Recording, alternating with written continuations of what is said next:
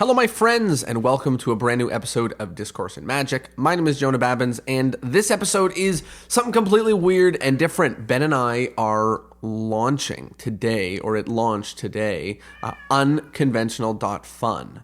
So I figured that it would just be fun to just talk about the convention. So I wrote some questions for Ben. He wrote some questions for me, and I guess we'll just... I didn't really write them. I thought of them on the toilet. Nice, yeah. They're in my head. That makes sense. I always don't know how early to start because I don't know if people know who we are. So do you want to give people the Cliff Notes 1 minute of who we are? Sure. Yeah. So my name is Ben Train. I am one of the co-founders of the Toronto Magic Company along with Jonah Babbins. It is a company that produces all sorts of public magic programming. That means shows, workshops, lectures and stuff for the magic community and stuff for the public. And I am also a magician who works full-time. I've been running events for the past 15, maybe 20 years or so, both for the magic community and the lay public. The guy sitting across from me right now, even though you can't see him, he looks very handsome, is Jonah Babbins. He is the host of Discourse in Magic. He is the co-founder of the Toronto Magic Company, and he is also a very busy magician. Well, yeah. Well, I mean, there we go. I think that's a good roundabout about who we are. And the other thing, obviously, that's Margaret. You can That's hear our in the cat, background. Margaret Catwood. He is the greatest, and I'm going to grab a chair for him to sit on so he can sit with us. And the other thing I'll mention, which some people don't know, but I think is going to come into play, at least in one of the questions that I'm going to mention, is that Ben and I moved in together about almost 2 years ago now to kind of be like the young startup-y, entrepreneur-y kind of thing. You know, we hear all these stories of entrepreneurs stuff, you know, being done in their basements, and we weren't going to rent offices, but also we were going back and forth to each other's houses, you know, to work on stuff. We're like Apple. I'm Steve Jobs, and he's the fat guy who eats what? Cheetos. What's that guy's name? Steve Wozniak. Just joking. Steve. If Steve was great. listening, I was just joking. He's Great. Thank you. Steve is the brains. Well, thank you. I'll take that as a weird compliment. You're Cheeto eating. But I think what was once, I think, a fun decision during COVID has ended up being a really cool, you know, business decision. And also, obviously, it was fun living together before this, but we've been able to do some cool stuff. So let's talk about unconventional. Oh, yeah, we lived together. I omitted that, but Yeah, we that was what I was moved trying to say. Yeah, we moved in together so that we could work on our business 24/7, and we could take breaks and hang out and watch movies together. That's true. Because we're friends and we're business partners. We lead a lovely life of wonderful cat petting and Filled with terrarium and moss. Yeah, and Ben has been collecting bugs to glue in little terrariums. Your editor's going to edit all this out, right? No, I don't know. Oh, man. We Okay, can well, let's tell the him maybe world. we should talk about this convention. Let's talk about the convention. So you have some questions that you wrote down. You want to hit me with the first one? Yeah, well, I feel like I want to first just explain what it is. Oh, yeah, what is UnConventional.Fun? UnConventional.Fun. So UnConventional.Fun is happening September 27th, 9 a.m. to 10 p.m. And it is a one-day virtual magic convention. Did you say 9 a.m. to 10 p.m.? 9 a.m. to 10 That's p.m. 13 hours. That's right. Eastern Standard Time, for those of you who were wondering. And it is a full virtual magic convention, except not only do you get all the cool parts of a magic convention, like lectures and you know, all that stuff, but it actually and jamming tables, dealers' all that rooms, stuff. bars But it to takes hang out place with. in a virtual 8-bit world. So you get a character, you get to decide what the character looks like, and then you move around with arrow keys, and you walk around almost like Zelda or like Pokemon or any of those like old video games. So it's like a video game magic I like how you convention. describe it as old video game, and in my head it's just video Regular game. video game. I'm like, that's what a video game is. Because I don't want someone to think it's like one of those like first-person Call of Duty. Thank gosh. Where... If you're an old person like me and intimidated by the idea of a magic convention that's also a video game, don't worry. It's very, very simple. You don't have to aim and shoot at anybody in the game. Yeah, it's really easy. It's like the arrow keys, and then that's it. That's And really just like a magic convention, we've packed this, like just like a normal real life magic convention, we've packed this with incredible talent. But unlike a normal magic convention that might be constrained by like people's schedules and where they live and far away, because this is virtual, we are able to bring in some amazing people from around the world. So we got some great people coming. We got tons of amazing programming planned, and everything is available. All this information that we're talking about is on UnConventional.Fun. UnConventional.Fun. Yeah, we made the name of the convention the name of the website so that nobody's confused. Okay, so I wrote some questions for you. I think you have some questions for me. Then maybe we'll fill in any blanks that don't get said about the convention. So my first one, and this was why I wanted to talk about us living together, is this. How do two people living in a house built a virtual convention. And I'll give you a little bit of context, which is one thing that I found after I started being entrepreneurial, whether it was doing magic on my own or just taking on projects, was there was this really satisfying thing of, you dream of this possible thing and then you work on it and then it actually happens and you realize you have this superpower to like bring things into fruition. And I think some people, depending on where they are on their journey, some people got into magic and they never really had to do that, or they never chose to do that, or some people haven't been performing. Some people have never really undertaken projects. So there's always something really, exciting to me about a vision that comes into reality. And I wonder if you can help explain for somebody how two people living together, can make a virtual magic convention. Absolutely. So obviously we're business partners. We're doing a lot of different programming together. And we're looking, when we first launched our virtual space, we were doing public shows, an extension of what we normally do. But one of the things that we still hadn't found a great way to sort of launch in a virtual space was our interactions within the magic community, because that's such an important part of both who you and I are, but also what our company is. And so we're talking to a friend of ours, and they sort of turned us on to this really cool platform that lets you interact in a virtual space. And we were looking at it and we were like, wow, this reminds us sort of visually of like a conference center. And it made us start thinking about, what if we did a virtual magic lecture? Because right now we miss those magic lectures. We miss being able to go and hang out with people and see new magic and share magic. And so we started playing with the platform back and forth, you and I. Then we started like hanging out in backyards, and while we were in between shows, we started talking about like what our dream lineups would be. We started chatting about what our favorite parts of conventions, the things we missed, the things that we wanted to do. And we started putting this together like a passion fun project, almost like a fun thing on its own. Like, wouldn't it be crazy if we could do this? And then we started realizing like, we could do this. Like the technology exists. There was people who were excited about the idea when we started reaching out. Initially, we were going to do something really small and really intimate, maybe just for our small local community. But then other groups who found out were like, we want to be involved. And so we decided, and we talked lots of back and forth, and it's kind of scary to do a project sort of this scale to me. But we decided, this is something really fun that we want everybody who wants to be able to participate in to be able to do. And so we made it all day so that we could do lots of different types of programming. There was space for everybody to get involved. And we are launching it now because we live together. And our house has been turned into a studio/production space. We both wake up in the morning and then we get to work answering emails, trying to figure out stuff for the lineup. We're putting together some really cool swag stuff that I don't want to talk about yet, but like we're just all day playing with stuff. And I love it. I also want to touch on the thing that you said about, we had this crazy idea and then we went back and forth and then we realized that it was a reality.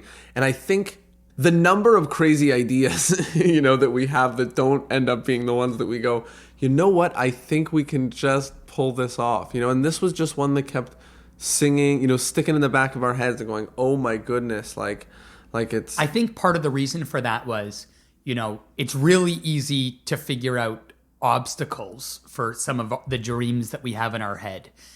Sometimes those obstacles are very real. Like, I would love to be a basketball player in the NBA.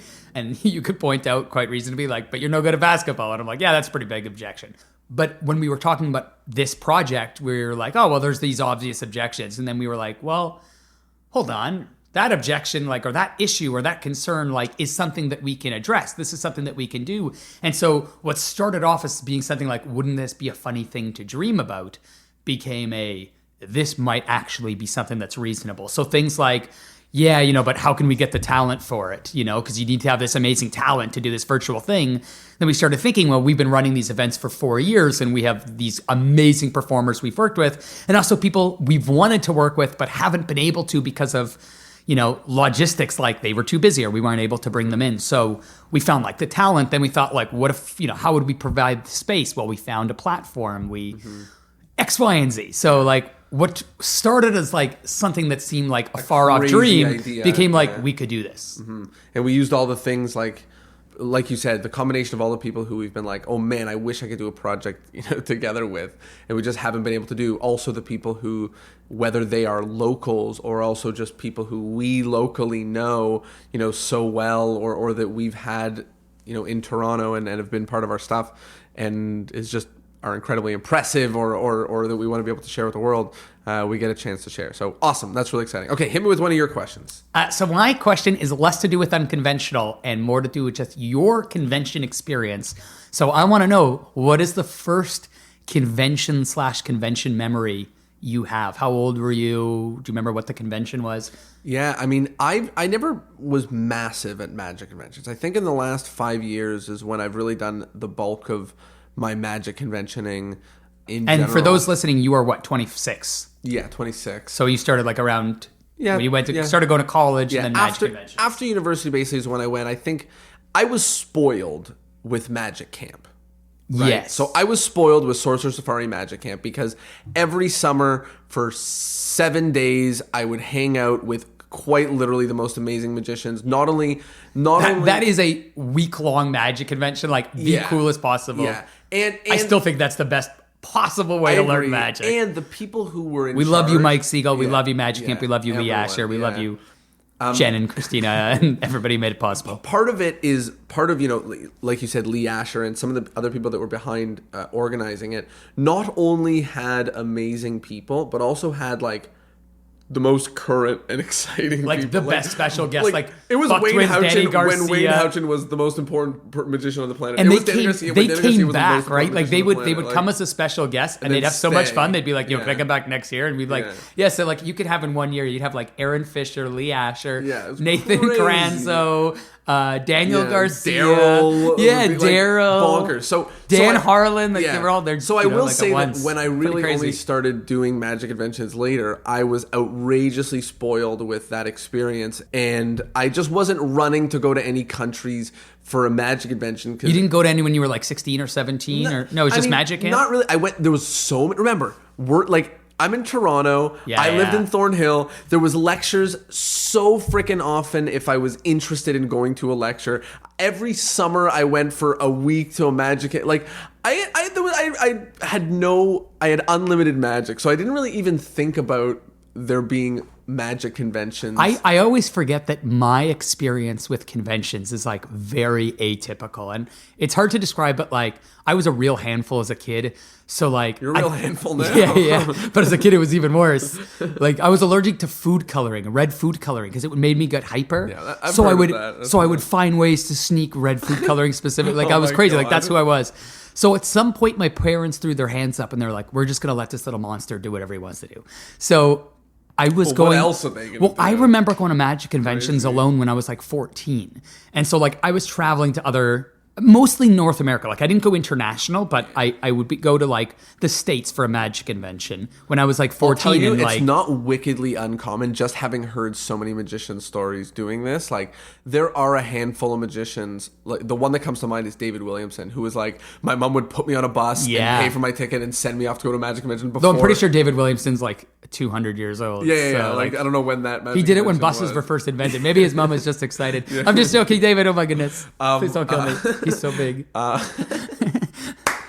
But there was a few people that kind of had that sort of experience where they went ridiculously early. It's not so common, but because I talk to people and a lot of magicians have never been to a convention before. So so you started in the last like 5 years, and so the first one felt like it was a real just interesting thing that was different than Magic Camp, that was different than I don't really remember the timeline because I guess I have a bad memory, but I don't know if Browser's Bash was before or after this, but the first time we went to the Michigan, the Motor City... Oh, John Lucas Motor City Magic Convention. Convention. That was a really cool convention to me. Like, even though, like, I mean... That was with Aussie Wind and with... I don't remember if he was there the first year. Oh, right. We went back again. So he might have been the one there the second year that I was there. I don't remember what it was. But I remember it was just... I was constantly jamming. There were so many amazing magicians, people I knew, but also people I didn't know. And the one thing that made me laugh, or that I really enjoyed, is like many conventions, or rather like many small conventions, they don't take place in like the most beautiful spaces. You know, they don't take place in the best hotels. What he's trying to say is the best magic conventions happen in shitholes. Well, that is what I'm trying to say. Like, you know, the best magic conventions happen in like little corners, because when you only have so many people and you want to spend all your money on talent, when you only have 50 people or 100 people or 200 people and you want to spend all your money on talent, like you just don't want to. No, it's totally different. It has nothing to do with spending money on talent. Here's what it is. If you have a convention in a beautiful city like San Francisco or New York or Vancouver or even Toronto, any of these really nice places, if you do it in like a beautiful downtown area, the problem is that to me is a detriment. Right. Because then people leave. Yeah, if you tell me I only get a weekend in San Francisco, I'm like, okay, I'm going to skip maybe a magic lecture and go to like a museum. Or I'm going to check out some restaurants. If you tell me that we're going to be in like the middle of a city. I have to pay a flight ticket to go to the busiest city you know? In the world. So, but if you go to like an area like, I don't want to disparage any city, but if anybody who's been to a lot of conventions, you know what I'm talking about. You go to an area where like literally the next best thing to do other than the convention itself is like to go hang out in a parking lot and have like a beer. like if there's nothing happening in a small town, like it means that all the talent stays there hanging out. It means all the attendees stay there hanging out. It means everybody who comes is just there to mingle. And like time there, So that convention was really cool. It was just us hanging out and doing it was just 3 straight days of doing magic. We road trip a bit. We did a bunch of magic, and then we left, and I met a bunch of amazing, cool people that I still know now and that I jammed with. Okay, so we spoke a little bit about my magic convention experience and a little bit about your magic convention experience. We've, in the last 5 years, even a little bit before we started, you know, doing stuff with the Toronto Magic. No, we're not dating. Even when we started doing stuff with the Toronto Magic Company, we started going on a lot of road trips, and to me, that's kind of plays a really big part of conventions, is kind of the road trips. And I gotta be honest, I know this might sound a little crazy, especially to some of my friends who are frustrated that I always want to do road trips, but like it's sort of a bummer to me that like flights were getting so reasonably priced and like, you know, semi-accessible, where it's like, they'd be like, Ben, it doesn't make sense to drive 9 hours. That was me. It's like you and James and so many people I travel with. They're like, we could drive for 9 hours, or we could like take an hour and a half and be there. And like, I get it. But I also think like you're in the car, you're like listening to fun podcasts together, but also you're like talking about your acts and new tricks you want to add. And you're talking about what tricks you want to share at the conventions. And you're stopping at like weird roadside attractions to stretch your legs and take funny photos. And like, to me, part of the fun of of conventions, and I started going when I was young and I've gone my whole life, is like, it's an adventure. And like the meeting people is an adventure. The hanging out with magicians that I've like looked up to or whose books I've read, or like that's an adventure. Like even eating weird food is an adventure, you know, like to me. And then throwing up afterwards when you get food poisoning, that is an adventure. Disgusting. Okay, so another question that I had about the convention is, what part of it, because there's so many different aspects, what part are you most excited about? I mean, the truth is that the two things I'm almost always most excited for conventions are the gala show. I love seeing like the big end of, and we're going to be doing that at UnConventional.Fun as well. Though we're actually doing a gala show and we're doing a midday all-star show too. So we're sort of doing 2 gala shows because we can do whatever we want. It's our world. There's no rules. But the other thing that is always like, to me, the best part of magic conventions is the hanging out and jamming in the lobby. So I didn't want to just do a virtual convention that was like logging into Zoom. And not that there's anything wrong with that. It's a great platform to do things.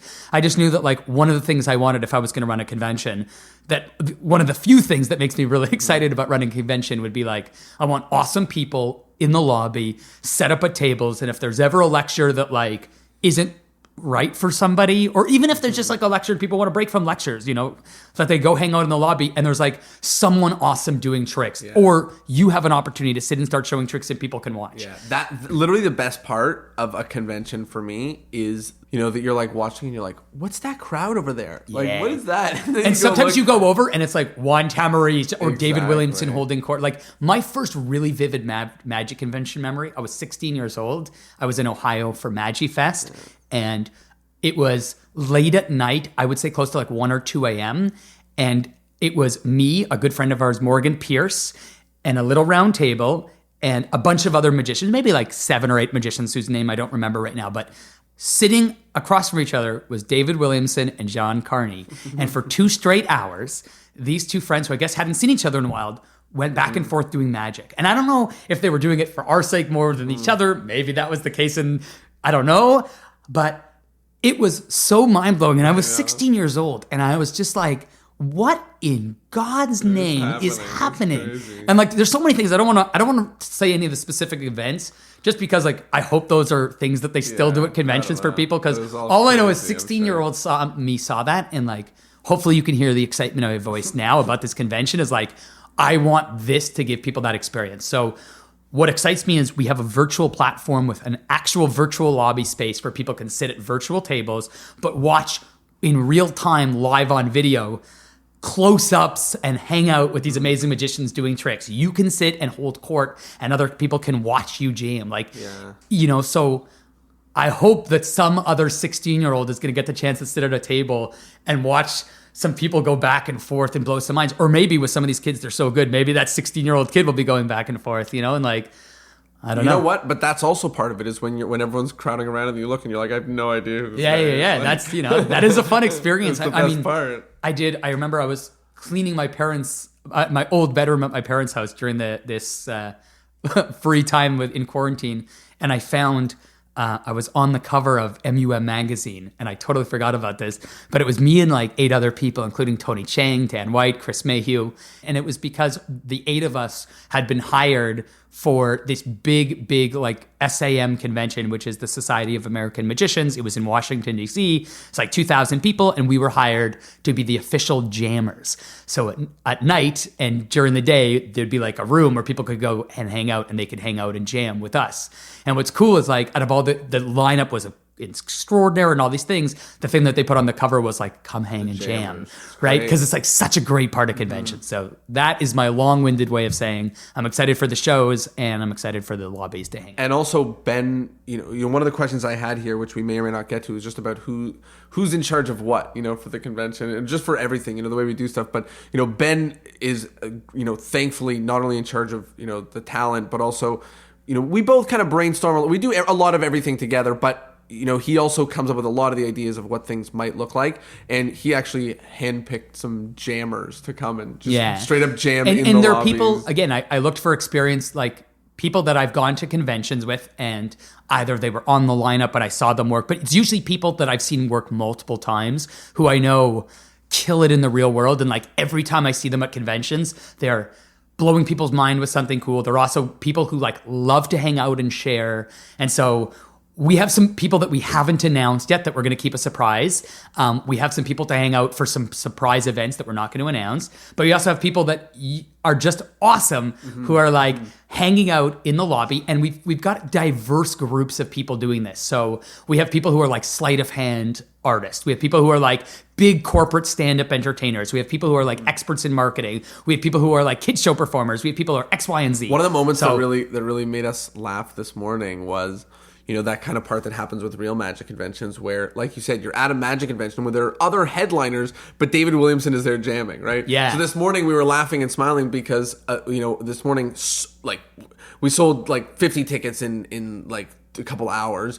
But of those tickets, some of the people were John Gustafaro, Lee Asher, Eric Tate, and it was just like, this is so cool. Like, this is what magic conventions are all about. It's just people. And also we saw people who are our friends of ours, who are like people we know that are like awesome members of the community, who love magic, who are positive and supportive, but also have cool stuff to share. And like, you start looking at who's going to be hanging out, and it's like, well, that's why I go to conventions. Like, yes, the talent should be good, but like, I know that I've gone to conventions, and like some of my favorite conventions have 3 people on the lineup. Yeah, who even And cares? It'll be like one person who's really awesome, one person whose name I don't really know, but maybe I've heard some reputation, and one person is like someone you've never even heard of before. And you just go because you're like, I know, even if the lectures aren't good, though, if we're talking Buffalo 52, they always are. But like, even if the lectures weren't good, it's like you're hanging out with amazing people. So like at any point you can get up. And like what we've done with our convention is that if there's a lecture that's not for you, you can get up and go into a jamming table. And if there's a jamming table that's talking about something you're not interested in, you can get up and go to a different table. So like, you know, you can go and mill about and hang out. And it's set up like a real convention where you can just be a wallflower and listen and hang out. And that's awesome. Like that's part of the fun. It's just listening to the fun and just taking it all in. Or you can sit down at the table and join the conversation. Or you can do a trick and, you know, people might watch you like, you can do it all. So it's great. Okay, hit me with a question. So my first question was your first experience. My second question is, what is your favorite magic convention experience? And I want you to take a moment to think about it and maybe tell, are there any good salacious stories that you don't want to tell on podcast? That I should tell? That you should tell. Something real. Salacious? Is there a good one that was like, it might be a lecture you saw. Like, I know that you've seen Tamari's lecture and you're such a big fan. It might be like an after hour hangout or like sneaking off somewhere to someone's like hotel room to like jam out or like...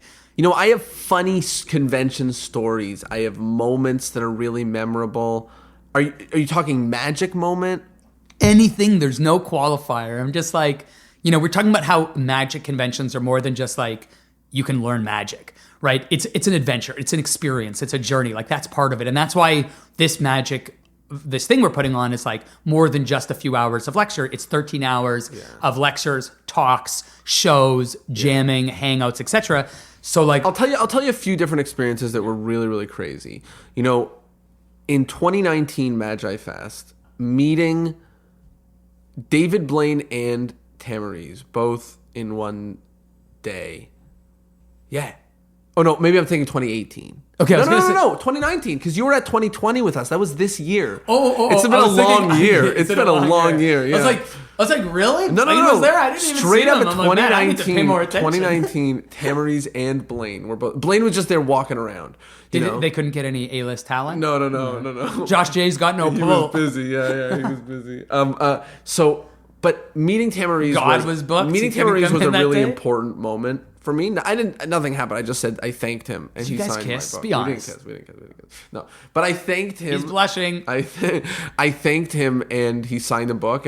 But it was just really, really wonderful. That was like I couldn't believe that I actually was meeting somebody who felt like they lived on another side of the world. They created stuff that I've only read that was translated, just that was bonkers.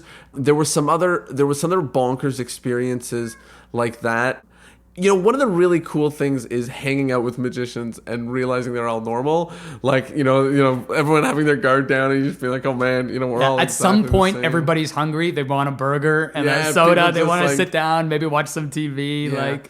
I don't know. I guess I can't. That's the kind of thing that comes to mind. I mean, I've had awesome jamming moments. The other thing I was going to say, which is a weird sounding thing to say, but the place I always go is I always go to jam in the youth rooms, and I always go to jam at the with the teen table and whatever, because I literally always I love self-working card tricks. Yeah. Like I'm obsessed with self-working card tricks.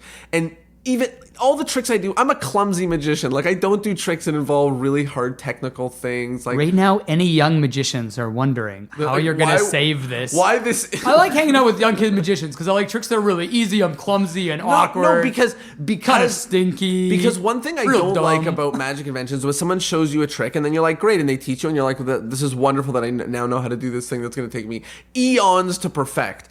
But what I love, my favorite parts of a convention or magic camp or whatever, is I literally left with tricks that I could do with the deck of cards that I already had, that I was like, oh man, I already know these moves, I already know these ideas, and I love, that's the stuff that got me even more excited about magic when I was younger. So I want to inspire young people by showing them cool tricks that they can go out there and do with people. I want them to be able to win that day, that moment doing stuff. Not great, I bought this DVD, I'm going to put it in my pocket, and when I go home, I'll watch it, and then I'll build a gimmick, and then maybe I don't want that. I'll be honest, I dig hanging out with the kids at magic conventions, but partly for the opposite reason. It's because some of these kids, when they teach you they stuff. Bring heat. Well, they don't even teach me. It's like, I don't even want to be able, forget it. I'm not going to learn that. It would be like some kid. I'm like, oh, how old are you? He's like, oh, I'm 9 years old. And then he does something that involves 2 clip shifts at the same time while he's palming 13. I'm like, okay, cool. That looked amazing.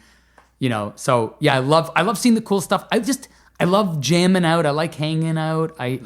I agree with you. I could think of some people that like I idolized that I read their books. And then I was like, yo, they're going to be at that convention. Like, crazy. You know, the Guy Hollingworths or the David Williamsons or the Juan Tamarises or like, bonkers. You know, I remember meeting people who I idolized but was like scared to meet because I was like, there's no way they can live up to the expectations. And then I'd see them and be like, they did. Like, oh my God. You know, like Steve Forty. If you're listening, Steve Forty. Everybody, and anybody who's ever met Steve Forty is like nodding. They're like, yeah, of course. He's the guy who like pops into my mind when I think of like lives up to expectations. Don't play cards with him. You'll lose for sure. You will. Of course. Okay, I have one more question for you. Then one more. We'll do size 32 waist. No. We'll do one each, and then we'll wrap it. We'll do one each and then wrap it. So my last question, I wrote a few, but I think this is the one I'm going to go with. My last question is this: what about this convention are you most nervous about? Oh, that was going to be my last question to you, is what were you most nervous about? Okay. Well, then we can both do it. If that really was your last question. That really was my okay, last so question to you. I was like, what are you most nervous about? I guess tech issues, like a lot of stuff, yeah. I mean, like, you know, there's some things, one of the things that we do with a lot of our Toronto Magic Company events is we try to surround ourselves with talent who is better than us. Mm-hmm. So, like, we have a lot of people who are, like, grossly overqualified for whatever it is they're doing. So like we'll have performers on the lineup who are like all stars, like, you know, can do shows for like 10,000 people and television, whatever. Or we have people who are like helping with like seating, who are like people who run like huge events for thousands of people and XYZ. Like we have so many great people. So like this convention, we have so many amazing talented people that like as long as their videos work and their microphones work and people can see them and hear them and interact with them, like, and all of our tests work and everything works so far. So like as long as the tech, and like even if something absolutely catastrophic happened, like the worst case scenario is they're like, okay, the platform isn't working for some reason. We're all going to move to Zoom, and we'll find some of the end of the world. It's not like the end of the world. It's like not great because the gaming thing, but it's like okay. What it would mean is that we have to, like, the great thing is that there's an event that we haven't announced yet, really, that's happening. Yeah.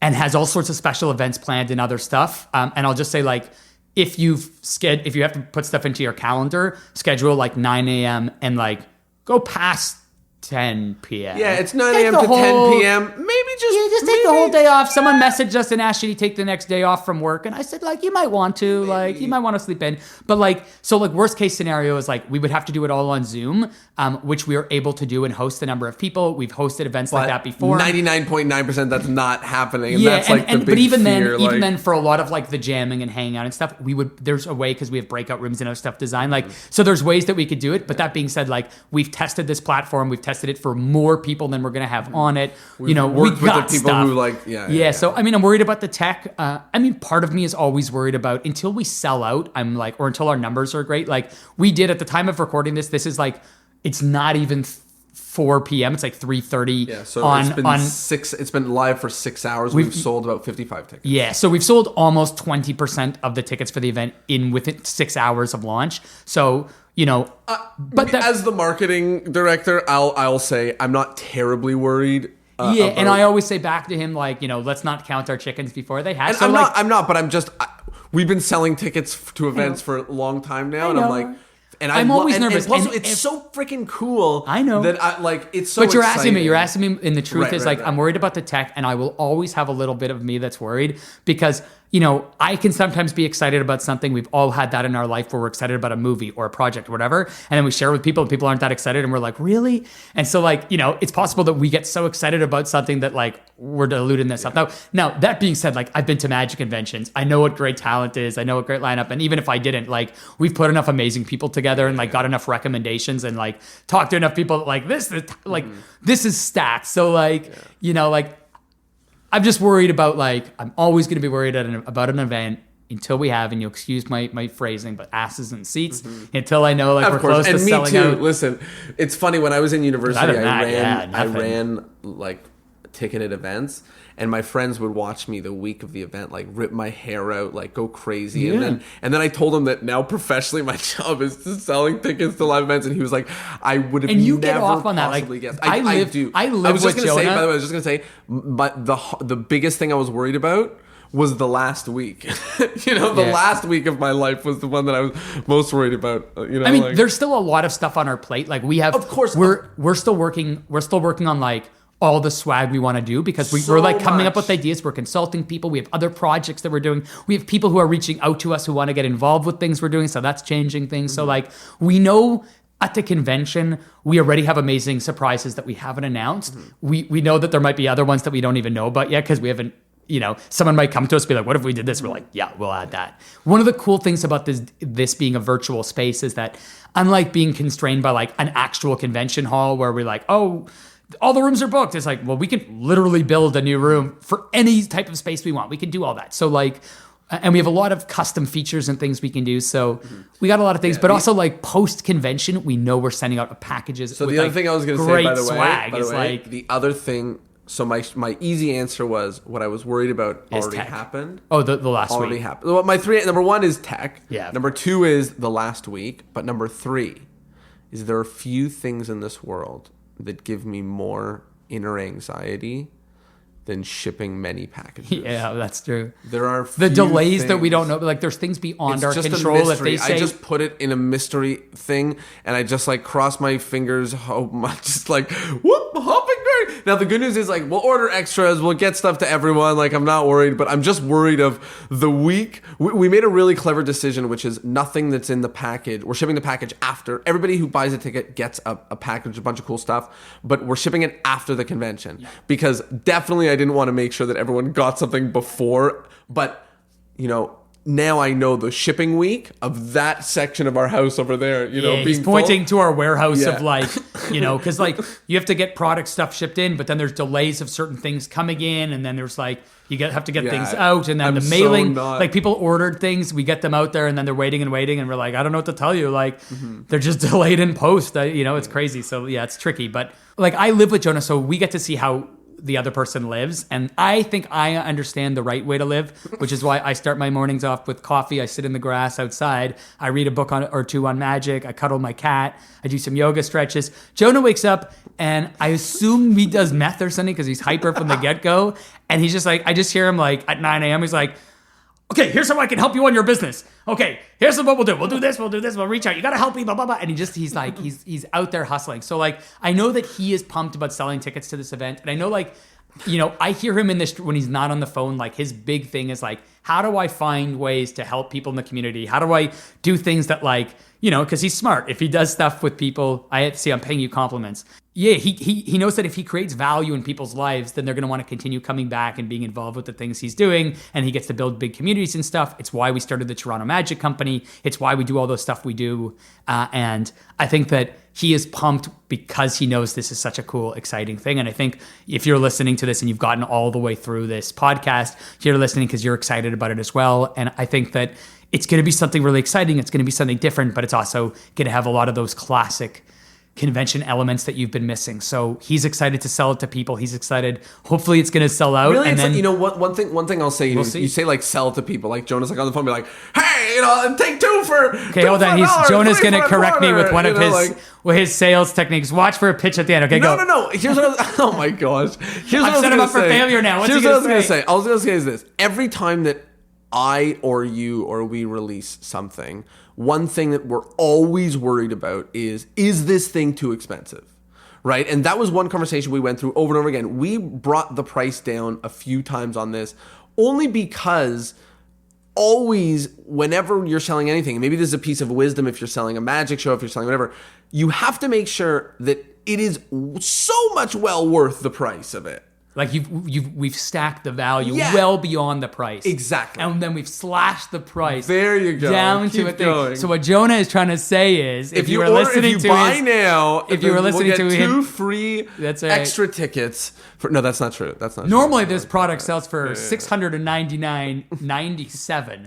But today at this limited time deal, we're offering it to you for $130. Wait, what's that? Oh, I'm hearing from our in-house studio that we've slashed the price. What's the actual price now?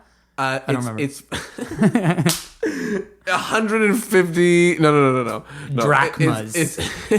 It's $49.99 US That's dollars. it? That's Come on. Oh, me with my weird selling. No, it's $49.99 Oh plus. my goodness! plus- I hear people in the that's so- studio. Oh my clapping. goodness! Our There's so live many. studio audience. Wow, look at this, all the hands. The And if cat you is order right cheering. now, we're gonna throw in not one but two of these handhold juicers. What's a I don't know, they always add in these TV ads. Like juicer? something No, that's there's no unrelated to the. juicers. And We'll send you a grouting kit and Okay. a towel that will clean up any liquid stain. okay, Ben will clean up your liquid stains. But It's just my shirt. I just sent you one of my old shirts. okay, enough of the things that you're going to send them. All I want to say now is that Buy it. No. Buy. Tickets are right now available. I Obey. actually have no idea. This episode is going to come out. Today is what, Sunday? This episode's coming out 4 days after this is live. So I sincerely have no idea what tickets are going to be at. There's 300 and we're at 55 right now. I have to check. So I sincerely have no idea what it's going to be. Did you hear that, listeners? There's a limited supply and it's going fast. So make sure you purchase your tickets. Oh my goodness. Okay, I wanted to do one other thing just because it's clear and concise. At the end of this, I'll include on the 6 recipes no. for chicken. On the website, Ben and I made a launch video explaining everything. So I think it kind of makes sense with just the audio. So maybe we'll attach just the audio of that Yeah, launch video. I think that's at the good. end of this. Explains it. And also go to the website, obviously, UnConventional.Fun. Go snag a ticket. And yeah, And it's got a lot of the info. excited. But also, I will say, follow the Instagram account as well, UnConventional.Fun. And we're on Facebook as well. And we are sharing content on those 2 platforms that will not be on the website. So if we announce that there's a new special event, or if we announce that there's special people in the lineup, or There's special quite things happening, literally a dozen people who are amazingly bonkersly great, Yeah. who we didn't put on the website yet because we're going to be announcing. including headline lecturers and like we headline haven't events. announced one of our headline lecturers. And also, we know who it is, but we haven't announced. And also, there's people who are signing up for the event as attendees who are also like could easily have been all-star lecturers and guests. So like, Right. there's a lot of fun. Totally. So okay, anything else you want to tell them before we go? yeah, I did not do this of my free will. Jonah has a gun to me right now, and I'm doing this entire podcast under duress. So if you are listening, Blink please twice. post in the comments with a GIF about how you would free me, and I will let you know if it works. Well, best of luck to you, and best of luck to anybody who's trying to get their ticket, because I have no idea how many will be left by the time Limited you hear supplies, and they're dwindling fast. Bye. Obey. this. Here's the little launch video that's on the website, and we will see you guys next Thursday and at UnConventional.Fun. See you soon. Peace. Hi, I'm Ben Train, and this is Jonah Babbins. We're from the Toronto Magic Company. Just like you, we were pretty bummed when we had to cancel all of our live events. We knew we were going to miss our shows, our gigs, and our toga parties, but the thing we knew we were going to miss the most was the magic conventions. We love magic conventions. We love the live lectures, we love the jamming with friends, and we love meeting new magicians. That stuff's awesome. So we asked ourselves, instead of crossing our fingers and waiting, what if we built our own magic convention that's entirely virtual, with all of our favorite parts of a real-world magic convention, but in an 8-bit world? And we've done it. We've custom-built the magic convention of our dreams, pixel by pixel. Imagine being shrunk down to an 8-bit world, Nintendo style, using your keys to virtually navigate around a convention center that we built specifically for you. We're making all of your wildest magic convention dreams come true. We have jamming tables, we have lecture halls, a bar, dealer's room, and so much more. And here's the most amazing part. It's not just an 8-bit world. As you approach other attendees, your camera and mic fades into view so you can talk, jam, and hang out just like a real convention. Each attendee, speaker, and performer have their cameras connected. You're literally speaking face-to-face with the best magicians on the planet. And that means, just like a regular magic convention, you can go see any of the lectures or shows. Or, if one of them isn't for you, you can go hang out with your friends in the lobby. But don't worry, you're not going to want to miss a thing, because this lineup is absolutely packed. Because it's packed with people like Garrett Thomas, Carissa Hendricks, Curtis Cam, Chaim Goldenberg, Kainoa Hartbottle, Ben Seidman, Tim Henning, Danny Orleans, Caleb Wiles, and so many more. Plus, after the convention, every single attendee gets a package shipped to them, packed with one-of-a-kind lecture notes and a ton more surprises. And because this isn't a physical convention, there's no long lineups, there's no expensive hotels, and there's no disgusting greasy dinners. Wait, I love the disgusting greasy dinners. So get delivery. It's a virtual convention. This is 13 straight hours of unconventional fun. All-star lecturers, performers, and jammers. Physical packages shipped to each and every attendee. And a virtual after party you're never gonna forget. All in one incredible 8-bit world, custom built for you. We've never tackled something so ambitious or so exciting before. And it's all happening Sunday, September 27th, 9 a.m. to 10 p.m. This is UnConventional.Fun. Tickets are available now and there's limited seats, so grab them below.